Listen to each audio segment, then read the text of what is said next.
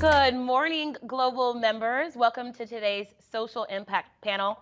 My name is Tunde Oyeneyin. It may be challenging to recognize me without red lipstick, lots of sweat, loud music, and a bike. I am beyond honored to introduce you to today's moderator, Dara Treseder. Dara is the head of global marketing for Peloton. She is also the executive sponsor to Black at Peloton, our employee resource group. Dara has been recognized by Forbes as one of the most influential CMOs in the world. She's also been recognized by Business Insider as one of the top 25 most innovative CMOs in the world. She is a graduate of both Harvard and Stanford. She's a trailblazer, a leader, and she has impeccable style. Please welcome Dara. Thank you, Tunde, for that very kind and generous introduction. I am so honored and excited to be here at my very first homecoming. I'm excited. You know, when I joined Peloton, one of the main reasons I joined Peloton was because I couldn't believe here is a company that is truly prioritizing anti-racism. It's one thing to say Black Lives Matter.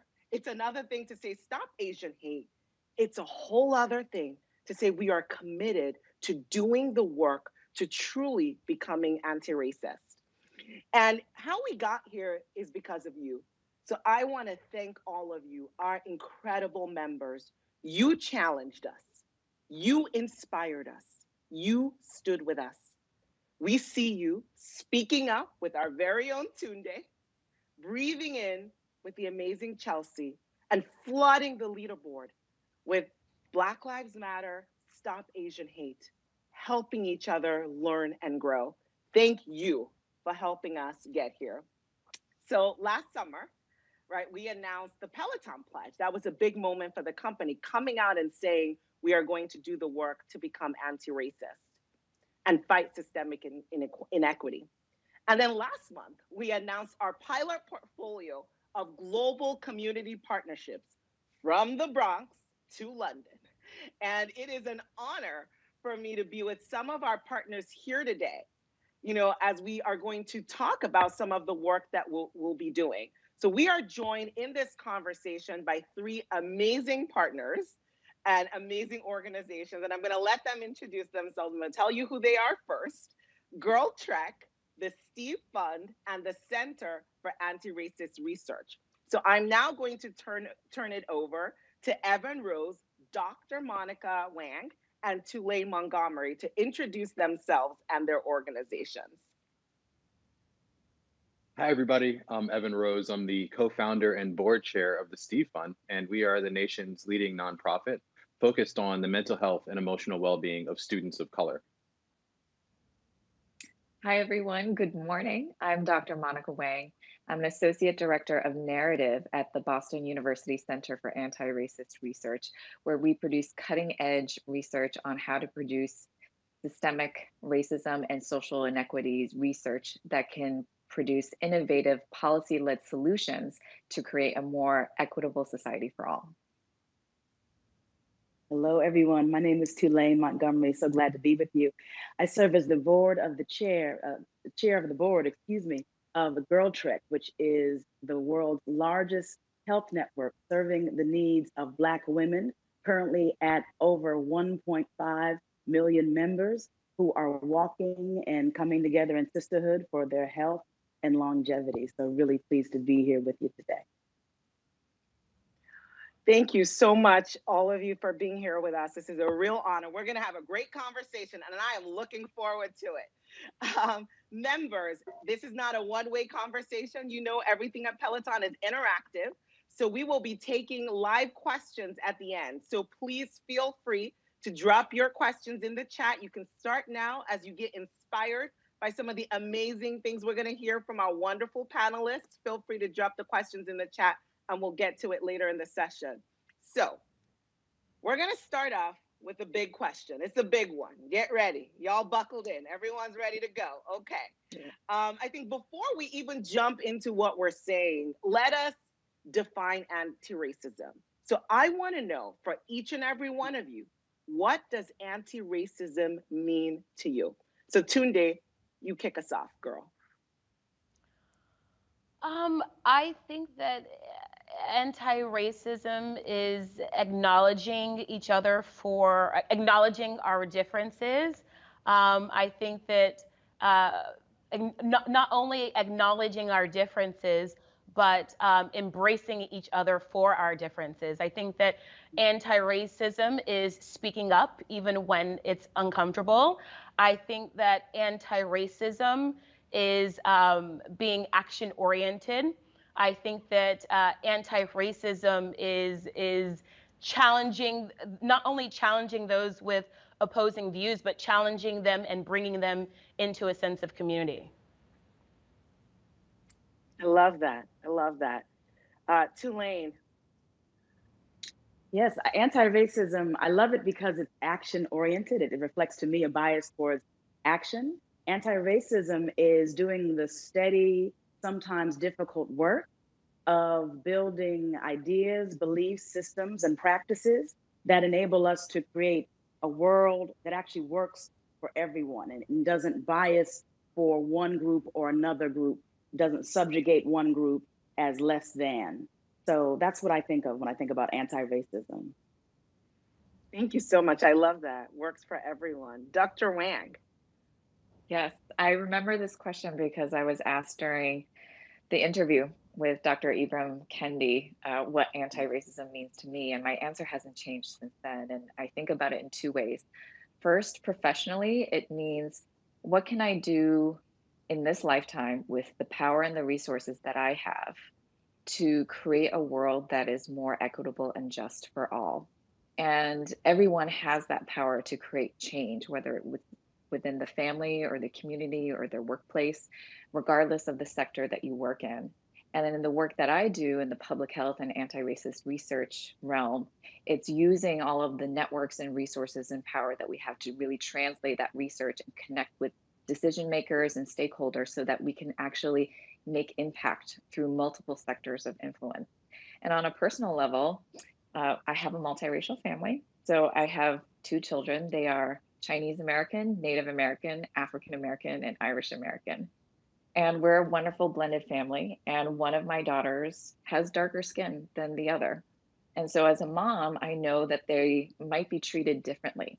And so as a parent, being anti-racist means what can I do to create a world that will offer them equal opportunity because they're equally deserving. I love that. Thank you for sharing that personal anecdote. I also have a multiracial family, and I think about that. My son has red hair versus my daughter, and it's interesting even the comments people make. As a parent, you have to be really proactive into looking into that, to making sure that you're giving your children confidence even as they're little and growing up. Thank you so much for sharing that. Evan, what does anti-racism mean to you? Definitely. So I think to echo Tulane just a bit, the proactive nature of it, I think, is incredibly important, right? We've now framed, a period of this country where being active in pursuing anti-racism and making sure that we're creating equitable communities is the norm, and that's a very powerful thing. After the last 4 years, especially. I think one thing to note though is that I would consider racism to be the macro, right? There's so many different facets of it. It rears its head in so many different ways. And generally, what I try to do is focus in on the micro, especially, through the prism of the Steve Fund. And what that means is creating communities that have representation. So you can see people that look like you, no matter what you look like. That's an important element of feeling safe in your community. Creating communities where there is a level of sensitivity to microaggressions and macroaggressions, and realizing that those things impact people differently. And they cause people to start from different places. So what might cause anxiety for one group might not cause anxiety for others, but we have to be creating resilient, supportive communities around those people in order to foster safety and anti-racism. I love that. I love the macro and the micro and really thinking about the communities that we serve. And that's one thing that's important to us at Peloton, right? It's like, how are we doing the work within our company and then working from the inside out to really try to help the communities that we serve become anti-racist. I really love that juxtaposition of the macro and the micro. Dr. Wang, I'm going to come to you because I think something that Evan said really stood out. As we look at the macro, right, a big part of that is narrative. And as a marketer, I'm sure you know that I like a thing or two. Let's talk about narrative. Let's talk about storytelling. And I think so much the experiences that we have are shaped by the stories that we hear, the stories that are passed down, the stories that are depicted in the media.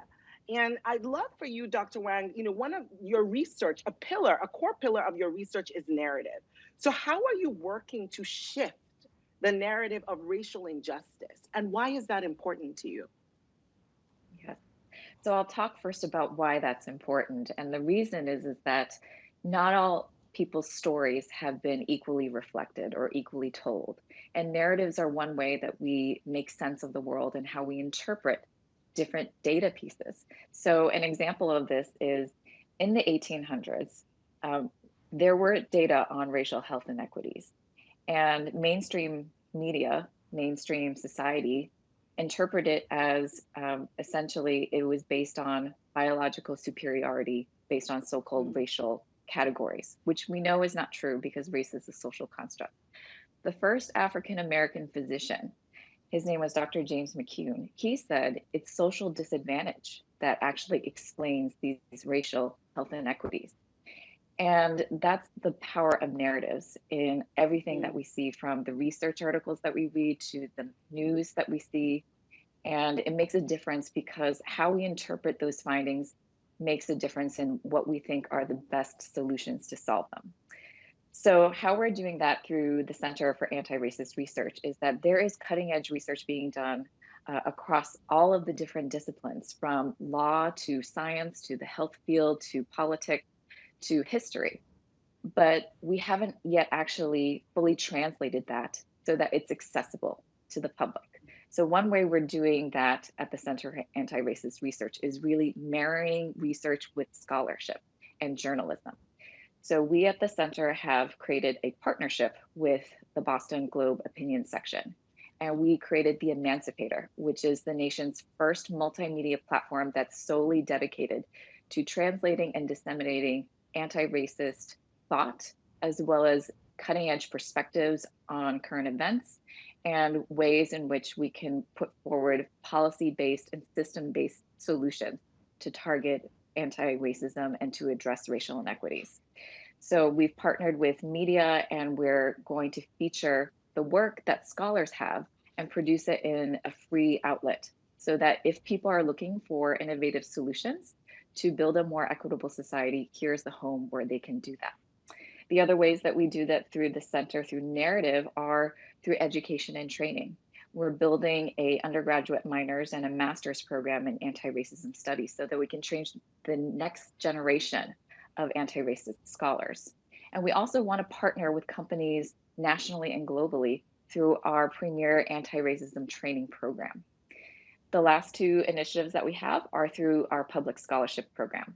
So we want to equip faculty and researchers to be able to actually translate their research into op-eds, into investigative journalism, into media interviews. And so we'll be able to feature that in ways that are accessible to the public and to really reframe the national conversation on race. And lastly, we have events. And we just last week hosted our national anti-racist book festival, where we featured over 60 best-selling authors, from Ibram Kendi to Jason Reynolds to Sarah Broom to Brene Brown. And that really is bringing together the best of what we have to offer within research and scholarship to the broader conversation, and really engaging communities in that so that everyone's stories are truly heard and reflected. I love that. You are doing a lot of work. I am glad that we are partnered with you as we do this work. And I think when you talked about education, it stood out so much because so many things are learned. You know, when you see little children playing, they don't know these differences, but as they learn from people around them, it starts to impact their behavior. So I think that education and really trying to get those scholars trained so that we can start to untrain and unlearn some of the things that we shouldn't have, and start to really immerse ourselves in elevated thought, right? In thought that is pushing us to becoming a more anti-racist society. So thank you so much, Dr. Wang, for all the work that you are doing. Evan, I'd love to talk with you a little bit about and hear your thoughts on how systemic racism impacts mental wellness in our community, right? How does it help us live fuller, freer lives, right? Our mental health and well-being. And I know you do a lot of work at the Steve Fund with young people of color. And there's sometimes with young people of color, there's a bit of stigma associated with mental health and well-being. So I just love to hear from you, how the role that systemic racism plays in that. And from your experience, what you're seeing of ways we can start to combat this, how we can start to fight this, to really break some of the things that systemic racism has put in place to help our young people of color have improve their mental health and well-being. Definitely. And, thank you for having us here. So I think, I'll start at the beginning. The reality is that the stigma of mental health is everywhere, but even more so in communities of color, specifically amongst Black folks. They don't want to talk about mental health. At the very beginning of the Steve Fund, the genesis of it was a Tumblr post that I wrote, basically trying to feel better after the passing of my brother. And the reason why that began, it was sort of the catalyst for the Steve Fund, is that I got hundreds of people reaching out, people that all walks of life, people that you would never think were dealing with mental health issues, sharing that they were having issues, their sister was having issues, their parents were having issues, their children were having issues. And to me, what I've found is that there's a groundswell of people having these experiences, but nobody's talking about it. Everybody wanted to put it in the closet. Nobody wanted to share, this is what's happening to me. And it can happen to you too, and you guys should feel comfortable sharing about it. And so what the Steve Fund originally started as was a way to ensure that other families like ours didn't have the same experience that we did, and that they could share and that they could talk about it. And so what it has evolved into is something quite a bit greater than that. And I think from now we think about it in the sense of communities. So communities of students are a bounded community, and the experience of that community directly impacts the mental health and well-being of students. Even more so for students of color. What we know is that students are experiencing anxiety, especially during a pandemic, especially being minority students at predominantly white institutions. And so they're experiencing these things. But then on the flip side, they're actually seeking support and help at a lower rate than their peers, which is absurd and ridiculous. So part of the challenge is to create communities wherein conversations can happen, wherein support is fostered, to create communities where there's representation and you can see folks like yourself who are in positions of administration, who are in positions of mental health support, so that you go and you seek those people out and you don't feel silenced. You don't feel like you're alone going through these things.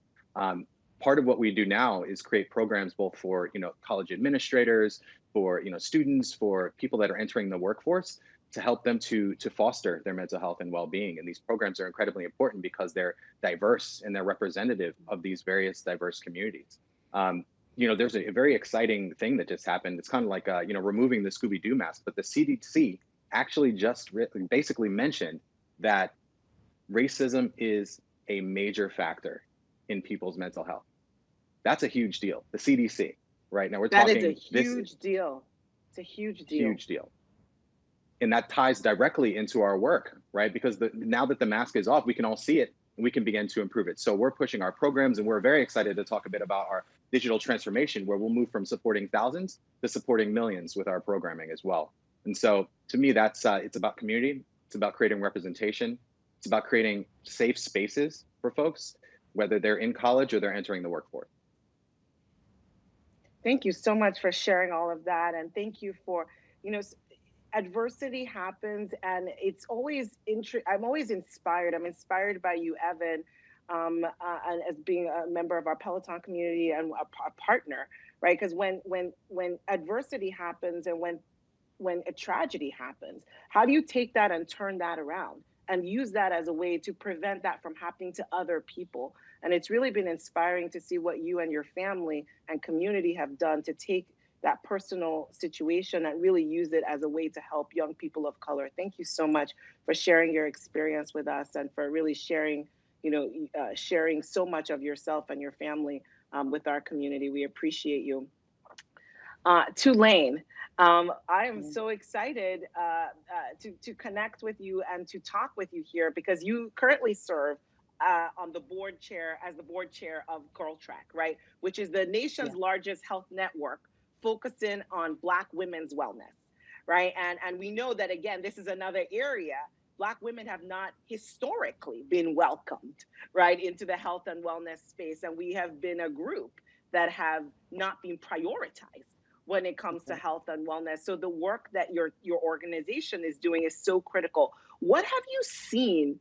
What have you seen as the largest barriers for your participants as it relates to health and fitness, right? There's a lot of the historical.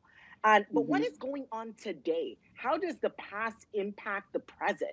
And what are your concerns about the future, right? What is going on that's holding, people back? And how is GirlTrek working to address those barriers? It's a really important question. I love what you just said. My colleague just said about removing the Scooby-Doo mask. I think that that's a perfect reference. So I'm going to try to do a little bit of that right now in my response to your question. When it comes to Black women's participation in some of the formal infrastructure of wellness that have really grown over the past several years globally, there's a few elements at play. One is devaluing Black women's time. And I believe that this theme plays out in a really acute way for Black women, but you can see these themes play out across many communities of color. And when I say devaluing Black women's time, and over 80% of the cases, Black women are the primary breadwinners for their household, their heads of household. And yet Black women earn on average 63 cents to the dollar of the dollar that every white man earns, right? Just as one comparison, one point of reference. So if you're a head of household, if you're the primary breadwinner, and you are earning 63 cents to the dollar compared to, colleagues and peers, and whatever your industry or career may be, you have to work a lot. You have to work really hard to be able to survive, to care for family. And so your time has been structurally, systematically devalued in a way that makes it hard to have the hours in a day to participate in some of these formal activities, and in a way that makes it hard to have access to the flexible capital that will enable you to pay the costs associated. Now, people of color figure out so many things. Despite all of what I just said, we still give you, Stacey Abrams. We still give you Kamala Harris, right? We continue to give and lead in ways that lift up the entire country, regardless of your identity. And yet there are these structural barriers that are really driven by the systematic devaluing of Black women's time. Another element is the devaluing or erasure of Black women's voices. A lot has been said about how there's a presumption in the medical community that Black women don't feel pain, physical pain, to the same degree or in the same ways that other groups do. And so people as notable and beloved as, Serena Williams have talked about how talking about their pain when in very elite and well-regarded medical institutions, how the naming of pain of Black women is often dismissed or ignored. That voice is often erased. And so when Black women say what they need, what they want, what they're feeling, what their aches are and what their aspirations are, very often that voice is systematically erased or diminished or deprioritized. And so I think a combination of the economic structural realities that limit time and access to flexible capital, along with the cultural practice of erasing the voice of Black women, that these things come together and create a context in which participation is harder. Now, we still come through, and Tunde is such a shining example of that and has done so much to I can speak for myself. I'm right now, I have my tablet Girl, you next to me. speak for a lot of us. Tunde has done a lot. I am so proud of you, Tunde, and what you're doing. And the impact of what you're doing cannot be overstated. So this is not a story of tragedy that I'm telling, but it is to respond to the question, what are the distinct and, I would say, racism-based barriers that make participation a different proposition for different groups of people, not because of lack of motivation, not because of people's need to understand the importance of health, but because we are not all navigating the same sets of barriers to entry. And so it's really powerful that Peloton is coming together with leaders like the folks here in this room to really look honestly, wide-eyed at the barriers that face broader communities so that we can remove those barriers. and create an exercise and wellness community that truly makes space for everyone. I love that. And, that is, we're not perfect. It's not, we don't have it all figured out, but that's one of the things that, really means a lot to me as a Black woman being at Peloton, right? That we understand that we have to do the work to increase access, increase cultural access. And it was really great, last year when we were able to partner with Beyonce, right, to give digital memberships to students at over 10 historically Black colleges. And that was powerful, not only for those students, but there's the multiplier effect, right? I think pain shared is pain divided, and joy shared is joy multiplied, right? So what we saw with that, not only are we impacting those schools, but we were impacting the communities, the alumni. It was showing that Peloton cares, and we are here and we are doing the work to try to increase access. Again, not saying we're perfect. I know there's a lot still to do, but to your point, right, Tulane, it's like, what steps can we take? Right? How do we start on that journey to really try to address these issues and welcome everyone? Thank you so much for all the work that you're doing and that GirlTrek is doing. I learned even so much just hearing you talk about that devaluing. We don't always think about the economic impact of things on health. And I love how you really call that out. So Tunde, you are doing the work, girl. You are lifting all of us up with you. So I want to come to you and talk to you because your breathing Speak Up rides have been, it's been, even as a member, right? I get to experience it too. It's really been uplifting. It's been an incredible way for all of us, regardless of who you are, right? Black, Asian, Hispanic, and all of our allies, right? It's been a great way for all of us to feel like it's okay to speak up. It's okay to take action.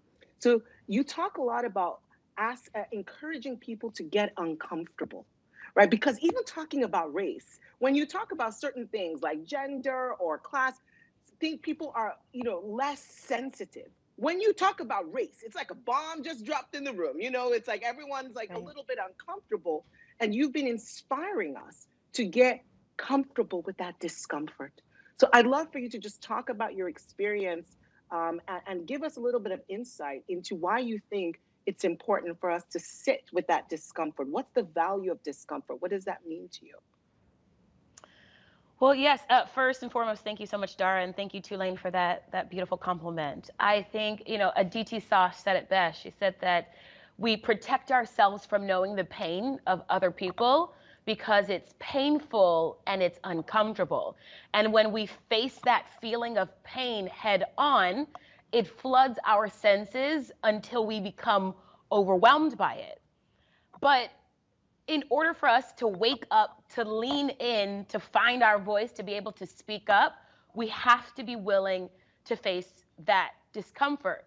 I think that avoidance is radical. I think that not having an opinion is having an extreme opinion. I think that not saying anything is saying a lot. A friend of mine says that we have to go from rebuilding to reimagining. And when I, think of us facing this discomfort, and your question is how do I value discomfort? But I think that I value discomfort as our ability to reimagine the future and set the blueprint for the future. Many people look to social media as an example of speaking up and speaking out. In my opinion, humbly in my opinion, I would say that posting something or not posting something is an example of how you are able to speak up, or rather even then not speak up. But I think that there's other ways to do it. You can speak with your dollars by donating to a charitable cause or a campaign that is focused on dismantling systemic racism. You can speak up by volunteering your time to a charity organization that focus is dismantling systemic racism. You can speak up at the dinner table when a family member challenges you or has opposing views. I mentioned that my friend says that we need to go from a world of rebuilding to reimagining. I say that to say that rather than focusing on how we fix things, that are damaged, how we fix a country that feels broken and divided, why not move into the concept or the mindset of reimagining the world? Then, and I think only then, are we able to find ourselves in a space of infinite and unimaginable possibility. Wow. Girl, that was a word. That was a word about reimagining. I think it's true, right? It's not just about fixing what's broken, but how do we reimagine what the future should be? How do we reimagine what great looks like? And really try to work towards that. Thank you so much for sharing that. So I'm going to open this one up. We are, just open. This is open for whoever wants to jump in on this. But, like I said, at Peloton, we're not saying all the work is done or we're perfect, but we are committed, right, to doing the work. And that includes changing the conversation around who health and wellness is for and who is included in communities of wellness. So I'd love for us to talk. I want to hear from you and just open up the conversation here to just talk a little bit about how can we engage together? What are some of the things we can do together, right, when it comes to physical and mental wellness, to break down some of these barriers we've talked about? We've all talked about barriers. Dr. Wang, you talked about the barriers when it comes to narrative and the stories that are out there.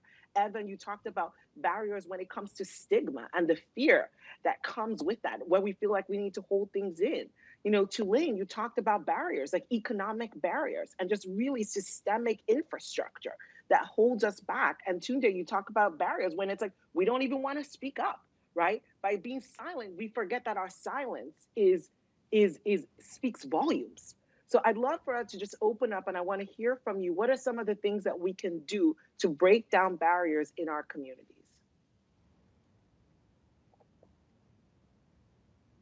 I'll start. I think as it relates to health and fitness, I think it comes down to affordability, accessibility, and diversity. I think that Peloton has done a truly remarkable and exceptional job during this time. I know, Dara, you just spoke to our Peloton pledge, and last year our partnership with Beyonce and the access that we were able to provide to thousands of HBCU students. And again, it's not just the one person that you're affecting, but it's like pollen. It flies right in the sky. And so the many people that will affect as a result of just touching that one person. And so going back to the accessibility piece, being able to speak to communities of color as it pertains to fitness and mental health. As Evan mentioned, specifically in communities of color, mental health is not something that we talk about. As Tulane mentioned, 80% of Black women are the breadwinners in their family. 70% of those 80% of women haven't taken time off during this time because they're not afforded the opportunity of paid leave at their job. And so to be able to, we know that fitness aids in mental health. And so to be able to offer access to people who may not have our hardware, but are able to log into our digital app to be it meditate or to get in a strength session on the mat, I think goes a far way, especially in this time. I have a and then diversity within instructors and the pool of instructors. Sorry, Evan. No, all good, all good. I mean, I think I wanted to dovetail on that because I think the concept of fitness in a lot of ways can be expanded and has been expanded recently to include mental health, right?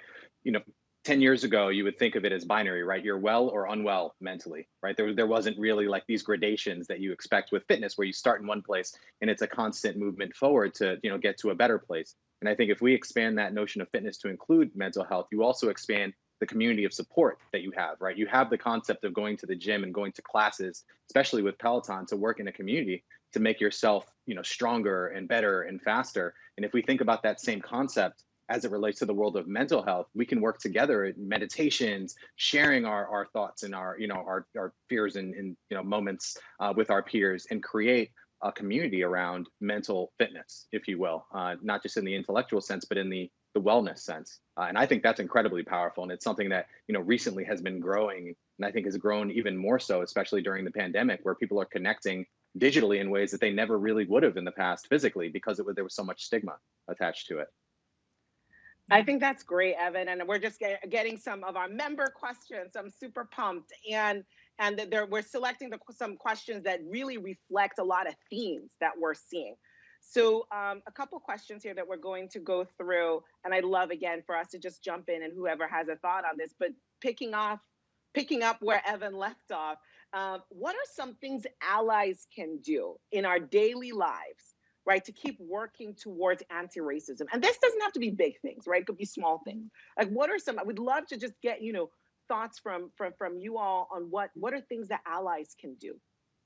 Yeah, sure. I'd be happy to address that because that's a question that I get quite frequently. And there's a lot of parallels between fitness, wellness community, and anti-racism. And going back to the theme of it makes me feel uncomfortable, I'm going outside my comfort zone.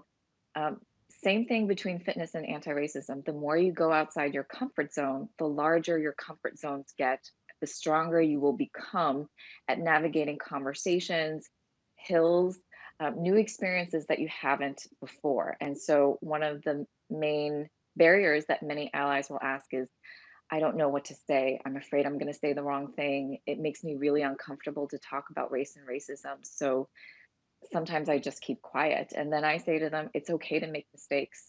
If you aren't making mistakes, then you're not actually fully integrating yourself into this experience.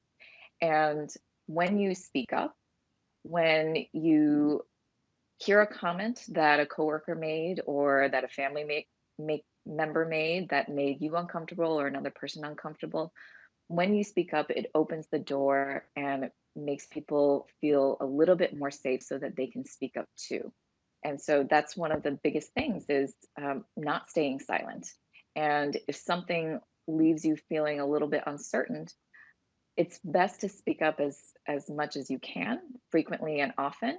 And I encourage people to go outside their comfort zone as much as they can. I love that response. Is there time for me to offer a couple thoughts on that? Yes, please. Would love your thoughts, Tulane. Absolutely. So I love what you said, Dr. Wang. And I would say, in addition to chairing the board of GirlTrek, I help to run a national venture philanthropy called New Profit. And so that means I get to see and support social impact leaders all over the US who are trying to create equity for everyone. And what I've observed is that the allies who have been really effective have been able to focus on building authentic relationships with people who have identities and experiences other than their own. And it's the most basic thing. It sounds almost cliche or maybe trite. I'm not saying, go and get a Black or brown friend in a way that is surface or performative. What I'm saying is that as human beings, because as Dr. Wang said earlier, race is a social construct. What's true is that as human beings, part of how we got into this place of separation is that groups have been othered, and then we live in a really segregated world. We really do. And in the United States right now, we're noticing how deeply segregated we are across racial lines in particular. And so what's really powerful is proximity. That part of how we got here is that we don't have proximity to one another in meaningful ways. And the more that allies can, not go after opportunities in ways that feel false or put pressure on people of color, but the more that you can be genuinely open to building authentic relationships with people whose story is different from your own. It sounds simple. Sometimes you can make a mistake and you may have an awkward or embarrassing moment. That's going to be part of it, I'm sure. But it's got to be through the power of proximity and genuine relationships. Otherwise, it becomes performative. We never strengthen the muscle. And then we sort of take the exit ramp out of real coalition building across racial identity. I love that you said that because I think it's so powerful. I think even when I think about my own career journey, I remember there were so many times that leaders would invite other people to their homes or for events, and I was never invited. And I always wondered, what's different about me? But somehow they saw themselves in other people. They didn't see themselves in me. And I will never forget when a mentor of mine invited me to her home. It meant so much to me. Because for the first time I was like, wow, I get this. I'm not just the person at work that's doing work with you, but you care about me as a person. And I think that what you're saying about proximity is so powerful. And they're just little things you can do that can go a whole a long way, right? If you see someone who's other, welcome them, right? Make them feel truly seen, not performative, but really, allowing yourself to get to know them. Well, that proximity can be so powerful, not only for you, but also for them, which is why I share my own personal experience. Okay, we got some more member questions I want to make sure we get to. This one's another good one, and I think quite a few of you on this panel can answer this. We got some parents in the house. But what can parents do at home to be proactive about changing the narrative? So there's so many ways to answer this question, and I'll speak from my own experience.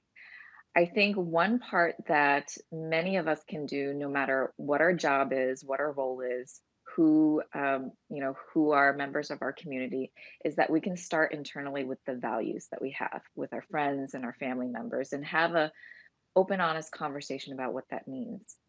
For kids, they recognize different features, different racial characteristics from a very early age. And by the time they ask you that question, they've already noticed it before. So usually parents will wait until maybe they're in elementary school, but they've already noticed these differences. They see it in the media, they see it in movies and books, in ways in which girls and boys and people of different color are represented or not represented across different roles, different places of power. And so one way to navigate that is to have conversations about, well, what do you think if another person were in this role? Or seek out books or seek out movies that do represent people of color in ways in which that you might not see in the dominant media and culture. And have conversations where you elevate people and encourage them to learn more about people who don't look like them, because they model essentially what parents model. And so if a child sees you, making comments, or perhaps walking across the street, if you see another Black person across the street, they pick up on that. Kids are like sponges. And so the more that you can have these conversations early, the better it is, because it usually becomes ingrained before parents typically are aware. I can speak to this. So I have a 3-year-old, about to be 4-year-old daughter, and this has just begun to come up. Not even elementary school. She's came home one day and asked about pretty blonde hair like Elsa, right? And that's an interesting thing to think about, because she's got brown curly hair. Her mother has brown curly hair. I have jet black, straight curly hair, but there's no blonde hair here in our family. But this is what she sees. I think that's a challenging thing to experience, right? To want to be like a figure on television and have that figure be so diametrically different than you that you're like, how do I bridge that gap? And I think one of the exciting things we've started to see happen is that there is beginning to be representation.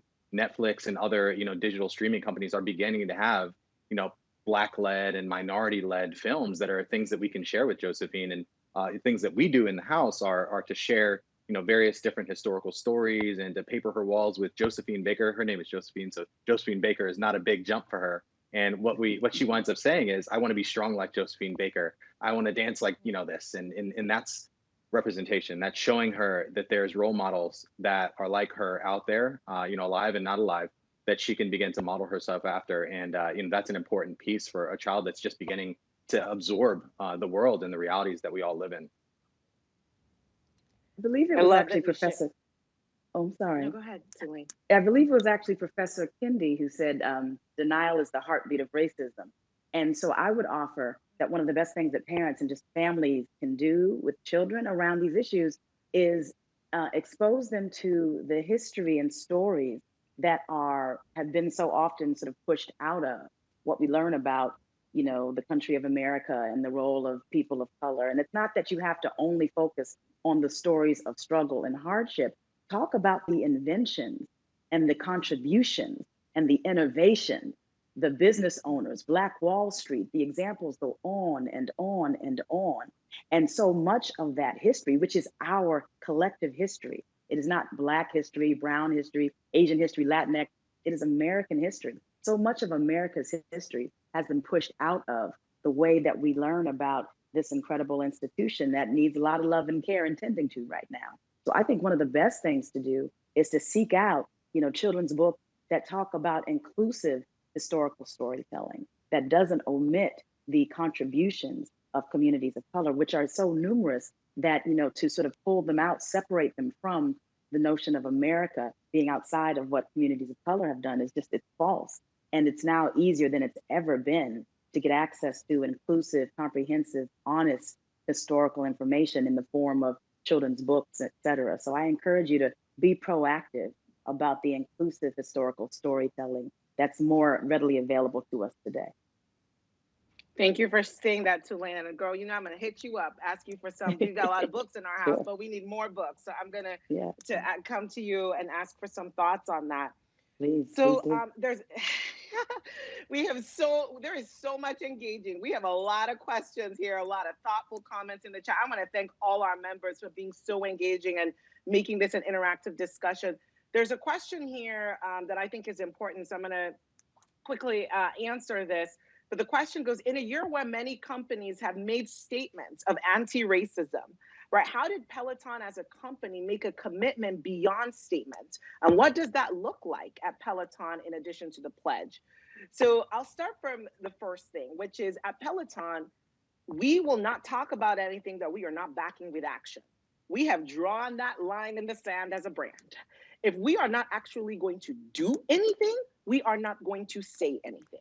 And I think that's really important because a lot of times, to some of the points you were making, Tulane, about what's performative, right? If you just go out there and just do the post, but you're not actually doing the work, you're not forming the partnerships, you're not doing the work on the inside.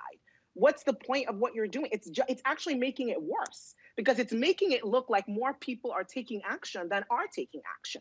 So we ensure that everything we say at Peloton is backed by action. And the second thing that we have done that I think is really important is we are working from the inside out. I was truly surprised when I joined Peloton and was spending 2 hours every other week in a transform session where we are learning as leaders of the company how to become anti-racist. I will tell you, I have spent a career in marketing and communications. So there have been times where I met with the CEO or the president or the CFO about anti-racism, but that's usually only when the company's in crisis. It's usually only when there's a problem. I have never seen the CEO, the president, the CFO, our general counsel, our leadership team, our senior leadership team spending so much time to learn when there's no crisis. And that speaks to the soul of this company. We are not perfect, never saying we are, but I am so impressed by how we are willing to do the work. And I think it's from that inside out, because what your sphere of influence, if you don't do the work in your sphere of influence, how do you start to do the work in the communities that you serve? You cannot give what you do not have.